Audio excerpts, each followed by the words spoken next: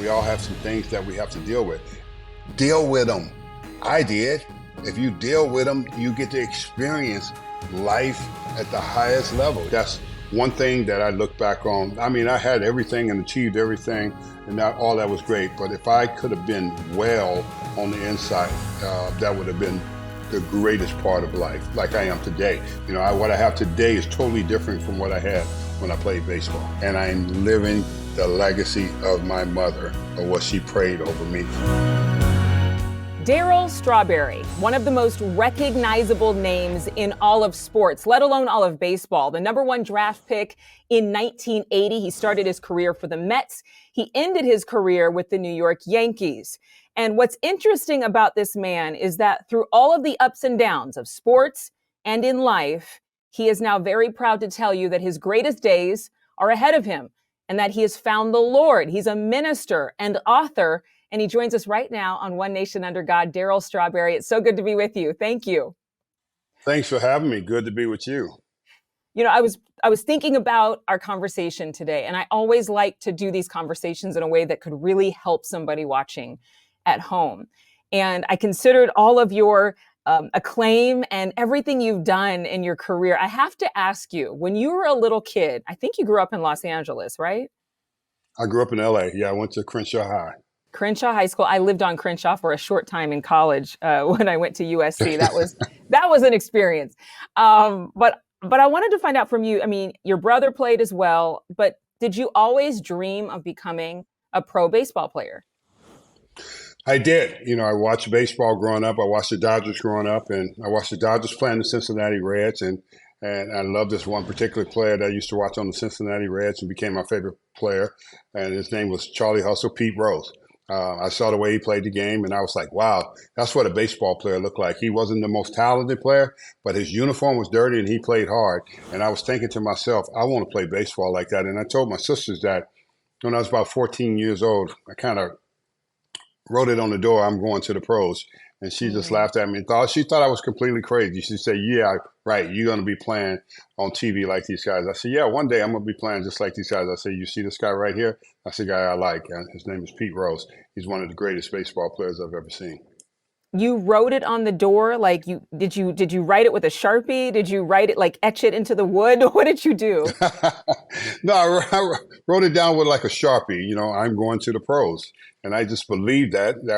See, for you to have a dream at whatever you want to do, you have to believe it. And you don't need affirmation from everybody else. You don't need approval from everybody else. I think that's what's wrong with so many people. They feel like they have to have the approval from everybody else.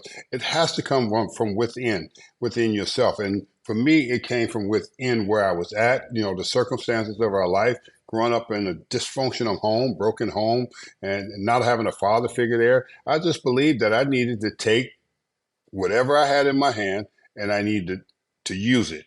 I needed to use it for good because I looked at my mother over there and she's taking care of 5 kids. And I said, she's a beautiful woman raising 5 kids by herself. And we're going to get through this life some kind of way. And if it's up to me, you know, I want to play professional sports and I want to be able to take care of my mom. Well, you didn't just play professional sports. You aced it. There were times that people compared you to Hank Aaron. What did you think about that comparison? I never try to compare myself with anybody. I mean, I know a lot of people compare me, Hank Aaron, Ted Williams, these players, that player. I just wanted to be me. I think every person is unique in this life. Everyone that comes to here, you have your own unique ability about yourself and what you can do and what you can't do. And you have to figure that out. And I think a lot of times we put these expectations on people and people can't live up to them. And I never want to try to live up to anybody's expectations. I want to be able to live up to what I feel like I was capable of doing. You had 335 career home runs, 8-time All-Star, a 4-time World Series champion. Was there a moment in your career that you could describe to us where you just felt like you were the king of the world, where you were on top of that mountain that you visioned for yourself at just 14? Oh yeah, those 8 years I was playing in New York, you know, after my Rookie of the Year season in 1983, and I went on from there, and I got better and better. You know, I just kept climbing the ladder. And that's what you're supposed to do. You're supposed to climb the ladder in life. You don't want to stay at one particular place. I think what happens to a lot of times people get comfortable and stay at one place, and I just never got comfortable. I always wanted to get better. Every year that I went into all season, if I had a great season, I needed to have a better season. I needed to improve myself and hopefully try to improve the ball club so we can move forward. Because see, I think the one thing that drove me crazy was winning. I always wanted to be a winner. I just didn't want to lose at baseball. I just didn't want to say I played and had just great success and had all kind of uh, numbers that I put up, great numbers I put up, but did we get in the winning circle? I think the winning circle eliminates a lot of things. It stays there forever. It shows that you were a part of something special. You're going to have a lot of athletes who play for a very long time and never get in that winning circle. And it's hard to do. It's not an easy thing to do. I'm not sitting here and telling you it's really easy to get there into that winning circle. It's a lot of work, and it takes a team chemistry to come together. And I was very fortunate that I was able to play on some really good ball clubs to have that opportunity. Because you only have a certain window of time when you play in sports and winning. It's not going to always be there. That door will close, and before you know it, it'll be over. And I think, I thank God that I was able to be on some very successful teams and had a chance of winning. Yeah, you played for the Dodgers, had a short stint with the San Francisco Giants. You're part of the illustrious 30-30 club for not only home runs, but stolen bases. And I think you achieved that while you were still in your 20s. What do you think separates people who are really great, talented, gifted players and those who do make it to the winning circle? Well, I think what happens is talented, gifted players don't sit back and watch other people. They don't Hmm. be in awe of other people. They're more focused on who they are, their inner strength and how good they are and what they're capable of doing. And I think that's what you see the players that climb the ladder and get to the top. They get to the top because they know who they are. And I think that a lot of other players are always spectators and watching other guys. I always wanted guys to be spectators and watch me, watch what I do. Not watch what he's doing or watch what he's doing, but watch what I do. I mean, I didn't say that out loud, but your performance when you go out there, you show that. When you show the ability and the capability that you have to do some extraordinary things, you just go out there and do it. And it just becomes natural. You don't really think about it. A lot of times in sports, some players have a tendency of thinking too much, overanalyzing and overthinking too much about different things. And I just wasn't that guy. I was a particular guy that I just sat on the sideline, when I sat on the bench and watched the game. And when I got on the batter's box, I watched the game from there. And once I got in the box, I already had a plan. I already knew what I was going to do. So having your plan and the preparation and all that stuff, all that's important. And I think that's what separates the great ones from those that want to be great. The great ones know how to get to that place and be great, and they know how to stay there. And that's the hardest part, knowing how to stay there. And we've seen, we could run down a whole hour-long list of people who've become some of the most famous, well-known, accomplished athletes of our day, whose careers were cut short or who fell into trouble. And you know that intimately. But I thought instead of going through a laundry list of, gory regrets or hard choices or things that happened to you, I wanted people at home, especially young people, because I think, looking at your career, they aspire to be like a Darryl Strawberry. They aspire to be somebody who played the game and knew who they were. So instead of, we can't, none of us, right? We can't look back and tell our former self any advice. We can't go back 20 years and turn back get in the time machine. But you can tell a younger generation what you wish you knew when you were 14, 16, 20, 30 years old. So let's start here. You said that if you're in the winner circle, you're not watching anybody else. You're not comparing yourself to anybody else. You know who you are. How does somebody discover who they really are? They know they're gifted. They know they have a talent. And for much of us, they watch a lot of Instagram, a lot of Facebook, a lot of TikTok videos. So we're in a world where we watch, where we are spectators and on the bench more than maybe any other time in history. How do you stay focused on finding out who you are? Well, I think the most important thing for them to understand is you watch the other ones that excel consistently. Those are the ones that you watch and you look at them and you see what they do. Doesn't mean you have to act like them. Don't try to be like them. But you watch their routine, their their work habits. You got to have good work habits to get to where you want to get. And I think a lot of times, when a lot of people were sleeping, I was out training and I was out running bases by myself. I didn't need anybody else pushing me and driving me to do it. I got up and did it myself. And I think a lot of times people don't work on those things. You know what happens to people? A lot of people are talented, but they always work on their strengths of life. They don't work on their weakness. And the weakness is the part that you have to define more than anything else. My strength was there. I knew who I was, where I was strong, and what I could do. I needed to work on the things that I was not good at. I needed to constantly be on top of myself, working on those things and getting good habits of doing that so I can be consistent at that. What people have to realize, failure is a part of being successful. And I think sometimes people don't understand about failing. They think, well, if I fail, that's it. No, that's not it. That's the beginning of it. That's because I'm going to get up and I'm going to do better. And that's what I was driven like. I was driven as a player, would get up, get going. Okay, if you fail at this particular point in this situation, try it again, and don't give up and keep pushing yourself until you succeed in it. And that's what I did. That's the driving force that you have to have. A lot of times kids give up. We're living in a generation now where kids have no clue about pushing themselves. They're more concerned about going on YouTube or this outlet to try to get information. The information is in you. All you got to do is look at yourself and look at what I need to work on and how hard I need to work. That's what's going to make me better.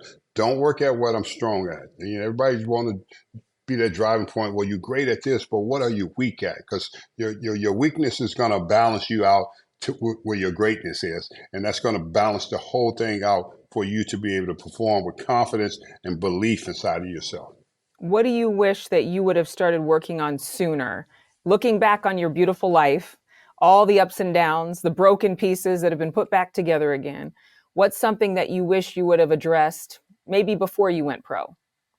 I wish I would have addressed the brokenness that was on the inside of me before I got in pros. Because a lot of athletes get in pros and they're broken.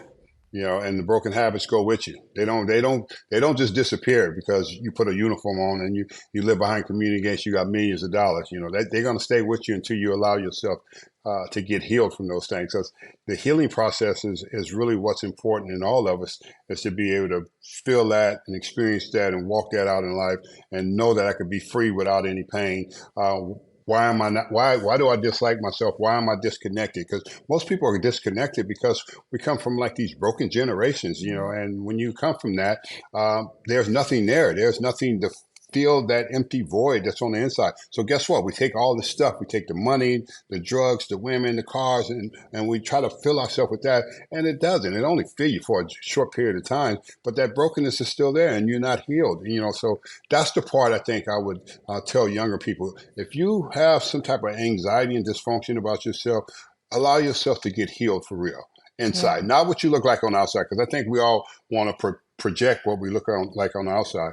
And as people, we're so crazy because, we pretend that we have it all together. And we know that on the inside, our whole house is on fire and we don't do anything about it. So what we do, we continue to pour gasoline on us, and we continue to light the match, and hopefully the match won't burn us up. But most of the time, it will eventually burn you up because you're going to come to a halt and you're going to come to a place and you want to be well. And I think that's one thing that I look back on. I mean, I had everything and achieved everything, and all that was great. But if I could have been well on the inside, that would have been the greatest part of life, like I am today. What I have today is totally different from what I had when I played baseball.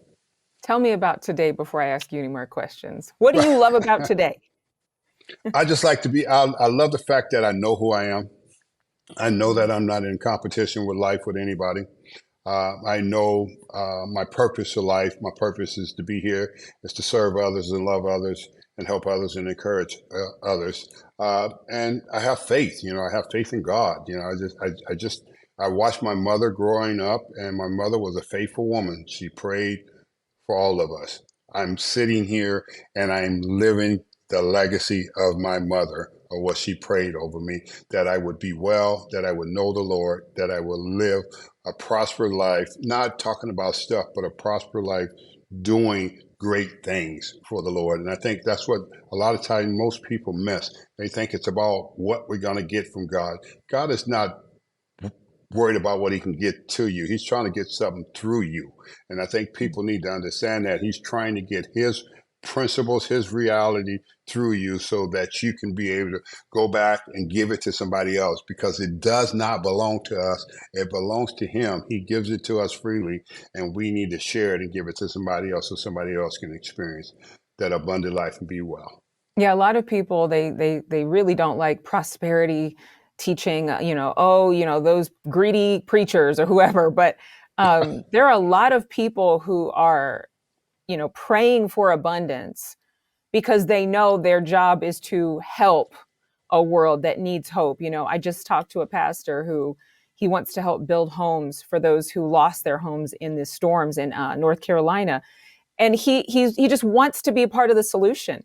And in this lifetime, the last time I checked, it takes money to be part of the solution most times. I mean, you can give a hug, you can give a smile, but when you can give somebody a car, that's pretty phenomenal. I wanted to make sure I looked up some stats here, because I thought about kids. I thought about how younger and younger athletes are going pro or getting brand deals, right? Where they actually can start being paid in middle school, high school, college before they ever go pro.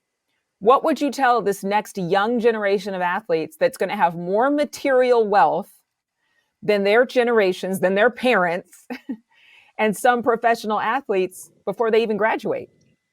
I would tell them, be careful. Don't let it distract you from your destiny, because your destiny is greater um, than the things you get. Because the things come and go. And will I still have that driving force? Will I still become elite? Will I still become great? Players of our generation became great not because of the money. We became great because we had a desire to be great. And if you get things first, you will not appreciate what it really is like to be there when you get there. And a lot of young athletes are getting into the professional sports, and they don't appreciate it. They don't understand, and it's not going to be there forever. You could break a leg, break an ankle, or something can happen, and it's over, and you're done, because you have been in this generation where you've been a brand and everything's been focused on you, and you forgot how hard it really is. Because guess what? You're not the only one that's good. Everybody out there is good. Everybody on those fields, they go on those fields, they get to that place of the next level of playing, they are good. And like a lot of times people get lazy. Athletes of my days, we didn't get lazy. We were hungry, because we knew the next guy was knocking at the door and he wanted to come in.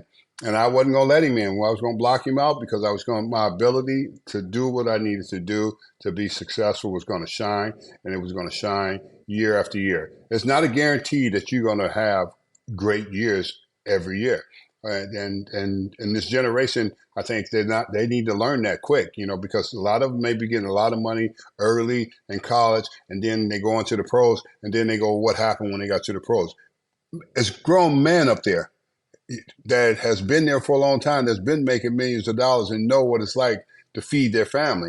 And you're coming in because you've been successful at the younger level. They're not concerned with that. They're more concerned about their everyday life and keeping their family moving forward. So that's the pressure that I see building up in this younger generation, because you might get a lot of it too fast, but when you get to the next level, you just, hey, bro, you're just another number. You better be ready. You better show up, and that's important for young athletes to be able to know that. That's a reality check, and also it kind of speaks to what you were saying about knowing that the blessings of God not just come to you but go through you. When you have, it sounds to me like what you could say is, when you have a family, when you have something bigger than yourself, kids, a wife to provide for, it might make you even more hungry than the guy who's single, who's just used to making a lot of money, performing, yes, absolutely. But there's something driving you when you have mouths to feed. That speaks to that moving through you. message a little bit.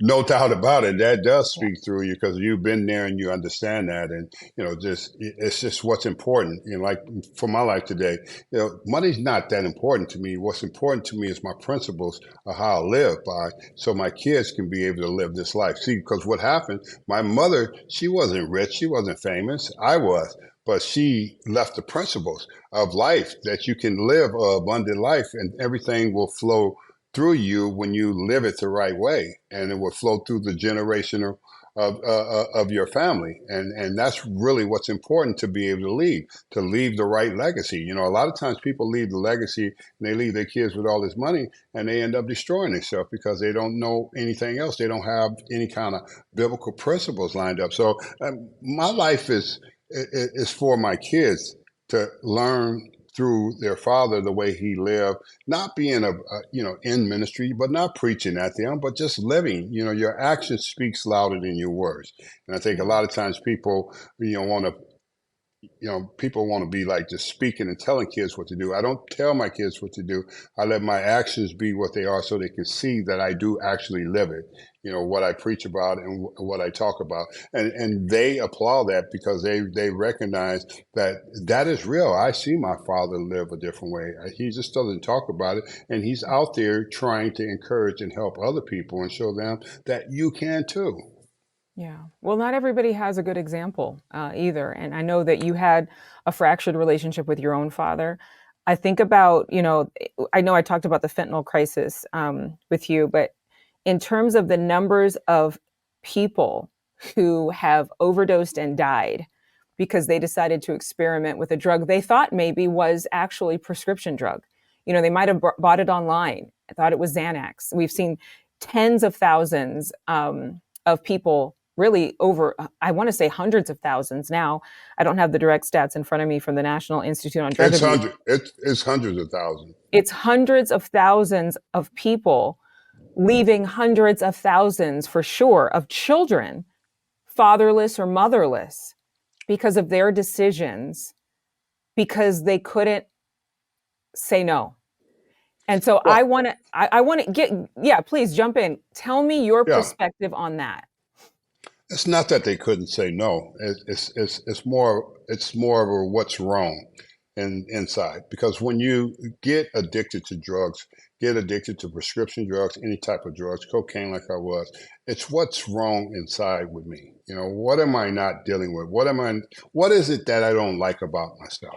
And that becomes the escape clause for people to go to use to escape for whatever they're feeling about themselves. And a lot of times that's where it comes from. You can even come from a rich suburban home and still feel empty inside, living in a house and get addicted. We've had an epidemic in this country with kids getting addicted to the opiates, the crisis. It was there, and they knew that it was there. They knew that it was going to be more powerful, the pharmaceutical companies. I'm not blaming people, but the reality is they knew people would get addicted to it, and they knew that they can get rich off of it and make money. But you're making money off of people that are disconnected from life. And it doesn't matter if you're an athlete, it doesn't matter if you're a millionaire, you get disconnected. I mean, even the millionaires overdose and because why? Because it's what's going on inside of them. They have everything, just like me. I have everything. I live behind community gates. I got money. I got cars. I got this. I have everything, but I have nothing as far as who am I? Just a person that has great success. And that's what celebrities end up being like. And that's why they end up addicted to those kind of pills and stuff like that and fentanyl and killing everybody, because that's what it's there for. I do know one thing about drugs. They will kill you. Eventually, you take it long enough, it's going to kill you. And that's what it's been created for. And that's what it's done. And it's never stopped doing that. And we've seen that, and we've seen what has happened to our kids. We've seen our kids get lost because of the brokenness inside, broken society, a broken home. You see it. It doesn't matter if they live behind a picket fence, but everybody always talk about a white picket fence. Let me tell you something. There's no such thing as no white picket fence. That what people think people have it all together. Everybody got something. Everybody got something they coming through and you got to go through. I don't care how much success you have, you still going to have to go through it till you get yourself healed. And a lot of families have never experienced healing, and they don't believe that God is the answer to healing. Well, he's always have been. I think everybody turns away from that because they say, well, those are rules and regulations. Well, they're the best rules and regulations once you learn how to live by them, because now you find peace with inside of yourself. Now you're not caught up into all this other stuff and trying to have a false image about yourself and trying to be something that you're not. And that's the problem with so many of us here. We try to be something that we're not. Just be who you are, who God created you. He made you special. You are special to him. You don't have to be special to anybody else. As long as you know that and find that part about your life being special with him, you'll find the peace that you always been looking for in your life. So I want you to address the people who are watching right now who might be a mom or dad, because again, I don't want to be discompassionate about, and thank you for saying this, not that they can't say no, but there's a lot of people, all of us have thoughts of fear and anxiety. And there are people who are taking drugs, including fentanyl, pure fentanyl, not knowing it's fentanyl, thinking it's something that they could have bought for a lot more money, but they don't have health insurance if they're on that side of life. Or they're very wealthy and they bought something and they got hooked on it and took too many. Or they get drugs from a pusher. But no matter how they get the drugs, like you said, it's affected rural America, it's affected the rich, the poor, the middle, everything. But speak to the people who might be watching this and tell them what you would have done differently. Years later, now you have hindsight. Now you have 20/20 vision to get the help that you needed so that you could get off the roller coaster sooner and maybe spare your children some of the stress. Well, I would definitely tell the people that the drugs is not going to satisfy you. They're going to conquer what they're supposed to conquer, and that's death at the end of the day if you don't stop. But what will satisfy you is getting spiritual help more than anything. We're in a nation where a nation is spiritually broken and dysfunction. And the Bible makes it clear about how my people perish because of lack of knowledge. The reason I was perishing because I had worldly knowledge. Today, I got kingdom knowledge. I'm not perishing. I'm thriving. My life is a joy. My life is freedom. My life is love. My life is hope to bring to somebody else. You can't give somebody else what you don't have. And that's what happens to a lot of people. We want to give somebody something that we really don't have. And not until you enter into that place and you surrender yourself and you get spiritually fit. You let people help you conquer what's broken on the inside. We all got some broken pieces. We all fragile, and we all have some things that we have to deal with. Deal with them. I did. If you deal with them, you get to experience life at the highest level. You get to experience it with such great wisdom, such great peace, such great understanding. We are trying to compete against each other over nothing. We need to stop that. God doesn't want us competing with others. He wants us to be in his will, to be in his purpose, to be in his plan. And if you are in that, then he will prepare a table right in front of your enemies. We all have enemies. We all have doubters. We all have people that don't want to see you do well. It's not up to them. That's their hatred. That's their whatever it is. But God wants everybody to do well. And that's the whole plan here. And I just hope people can get that point across themselves. God is not mad at you. God is crazy about you. And they need to understand that he's crazy about you. You may not be crazy about you, but he is absolutely insane, crazy about you. And if you get to that place with him and get that relationship with him, you will experience a life that you could never imagine. You would have never thought it would be this good. I would have never thought life would be this good. There's no way that the life could be just free, where you don't have any pain and you don't have any worries. Yeah, are you going to go through some trials and tribulations?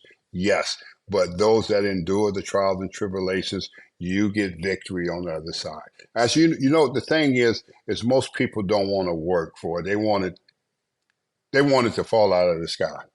And I was like that too. But when I started working for it and started participating and making myself available in God's plan for my life, this is what I this is what I got out of life. I get to really taste and see how good the Lord really is. I get to really experience, I get to embrace his love that he has for me every day. Not some days, but for every day, even in the hard days. And I think that's what people don't realize. That, the hard days can be turned into good days when you're walking with God.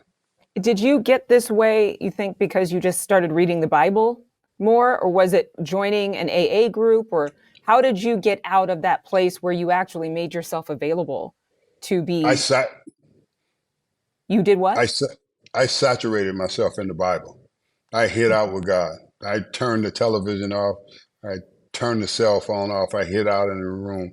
Just start eating the Bible and start reading it. And people goes, well, I don't understand. I didn't understand it either. But he can't not reveal it to you if he does not know you. He only knows you when you connect with him. And then when I started connecting with him and staying in that secret place, that's when he started revealing himself to me. And that's when I started understanding. This is what I always been looking for. This is what we all are looking for. We're yearning for something that we don't even know what it is, but it is him because he's good, and he's perfect, and there's nothing lacking in him. And not that we become perfect. It's not what I'm trying to say here. I'm saying, but we become better at what we do, and we become more disciplined at what we do, and we start training ourselves according to his will. And now we start living a different life, and we start seeing a different way. And that's the difference in my life today.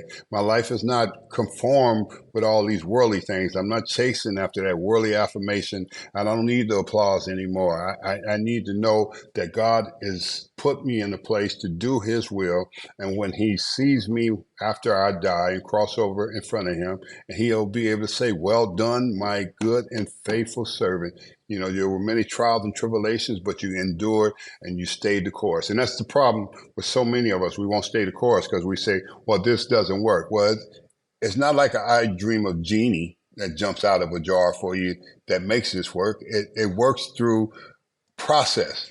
You have to go through a process, and people don't want to go through a process. They don't want to go through discipleship. They don't want to go through being taught. They want to think they know it all for themselves. And then I tell people all the time, this is one thing I tell people. The Bible is a very simple book for complicated people. Very simple. Complicated people want to change. You can't change what's in it, and you can't add to it. And if you accept that, you'll experience the life that I'm talking about today. And you said that he can't know you unless you start reading the Bible. But is it that he's known you all along and you can't know him without reading the Bible? Because do you think that he knew you when you were making wrong choices, when you were doing crack? Well, of course he knows. I mean, he knows all that about you. I'm talking about, but he can't know you in the relationship with him if you don't spend time with him. He's Most not of going us to are too. force himself on you.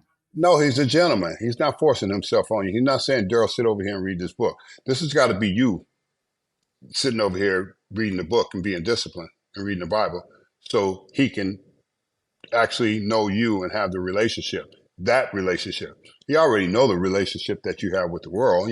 That's not a surprise to him. I think we think it's a big surprise to him. He already know that you already have that.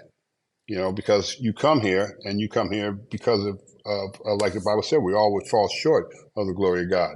Genesis 3, Adam and Eve. So we all fall short in this. So, but he knows that if you're coming to him and now you're ready for the transformation to have this relationship, now he's going to introduce himself to you when you start reading the book. One thing I do know about this entire life, and I experienced it firsthand, you can pick your sins, but you cannot pick your consequences. Hmm. And the reality of consequences are real. And a lot of people get major consequences. I've had major consequences, and people have gotten major consequences where they've lost their life because they kept picking it. And it doesn't stop until you learn how to stop it and then learn how to shut it off. And that's the real reality and the real scope of it all. It's here. It's always going to be here. It's always going to be a distraction, and we can pick whatever we want and do whatever we want, however we want. But you will pay a price for it. And let me tell you, I'm here to tell you, it could be hell of a price that you have to pay. Yeah, I had to pay a price for my health, having cancer twice and losing my left kidney, and ended up in a Florida State prison with a T17169 because of addiction. I could pick whatever I want to do, but when those consequences roll around, there's a price to be paid. And a lot of times people can't handle those prices that have to be paid. And it could turn out to be devastating for you. And I just would encourage young people, don't follow the crowd. Be a leader, be different. Say no to drugs. Say no to drinking. If I can do it all over again, I would have never picked up a drink. I would have never picked up a drug. That is the most idiotic, stupid thing that I've ever done in my life, was picking that stuff up. And I realize that more than anything. I could sit here and say that now after, 20 years of sobriety, and realizing that I wasted my time in foolishness. And most people will waste their time in that foolishness, thinking I'm having a great time, but I'm drowning inside of myself. And it's a better way. It's a better life. It's an easier, softer way. It's not that complicated. You know what? A society makes that complicated because why? Because people persecute you and talk about you. Who cares? They're going to talk about you anyway. If you're doing great, if you're not doing great, they're going to talk about you. So just get over it and just make that decision for yourself. Come to a better understanding for yourself. I know a lot of people have those broken homes and stuff they go through and hurt and pain. Man, deal with your pain, deal with your hurt. Spare yourself a lot of headaches by just staying out there and not dealing with it. Do you have your own personal 10 commandments of things that Darryl Strawberry shalt not do, in addition to the 10 commandments in the Bible? Well, I do have my own personal things, and my own personal things is I don't go back to worldly things that I've already experienced in life. People be like, well, why you don't go here? Why you don't go there? I said, been there, done that. That's not a part of my life today. And you have to learn how to cut things off. You just can't, you can't be in between, because if you're indecisive, you're going to do them. And I refuse to do that. Even when I go back to reunions, for baseball reunions and stuff like that, for championships, and people are going out the night before and stuff like that, and they'd be like, "Are you going out?" I was like, "No, I'm not going out. I mean, I'll go to dinner with everybody, but I'm not going out. I'm going back to my room, and I'm going to sleep, because I have a routine." You give yourself a curfew. Yeah, exactly. I just don't. I don't allow myself to open that door ever again in my life. So those are my commandments: is don't open the door. Because if you don't open the door, you don't have to worry about a lot of things. When you open the door, you have to worry about things again. What 10 commandments, just give me like 3, would you give any young man living in 2024, knowing that vices are everywhere, that temptation is everywhere, starting at a very young age? What are a few of the top 10 things that you would tell to a young man who wants to live a successful life? Well, I tell them, first thing, number one, safeguard your eyes, what you're looking at, and what you're looking at through these phones and every channel that comes in, because it's there. It all just jumps up on you, and you got to be able to control your eyes and not allow them to lure you in like that, because that's how the enemy lures you in. He lures you in through your eyes, especially if you're young, like they are, 15, 14, and they're looking in that and they're getting caught up into things that they don't have no business, and they get stuck, and number two, safeguard your heart. Safeguard your heart. You just can't throw your heart out there. You just can't give your heart to everybody, because everybody is not going to appreciate it. Even if you do have a good one, they will not appreciate that. And I learned that over the years. My heart was good, but people didn't appreciate it. So you don't get it no more. I keep it. I keep it at home, and I keep it with my family, and I leave it there. And number three is probably your mouth. What comes out of your mouth? Don't use foul language. Don't talk, don't boast about and brag about things that are not important. I think a lot of times, guys get around and, that's something we've done many years, brag about who we are. Oh, I'm this, that. Yeah, stop lying. We lie to ourselves. It just don't do it. It doesn't make you better. I think sometimes we think that makes us better hearing ourselves. Get rid of the ego. You know what the ego is? The 3-letter word, ego. Easy God out. That's what it is. Get rid of that and walk in humility, and you'll find yourself living a real life. That's the way it's supposed to be for all of us, but it was created where it got all messed up, and we would all come here and we would all struggle, and we all try to find the right identity and being macho or whatever we want to be, successful macho, and I could do whatever I want, but it's costly at the end. I don't care who you are. I don't care how great you are. I don't care how much money you have. It's going to cost you at some point in some time in your life. One final question for you. When you were 14, you wrote on your door, "I'm going pro." Seeing that you've had this rebirth, what are you writing on your door for your future, your new goal? The only thing that I would write on my door is stay humble. Stay humble. No prideful, no look at me, no boasting. Stay humble, walk in humility, and love people. Thanks so much for watching. Go to joinnn.com to find NewsNation on your television provider. And don't forget to click the red subscribe button below to get more of NewsNation's fact-driven, unbiased coverage.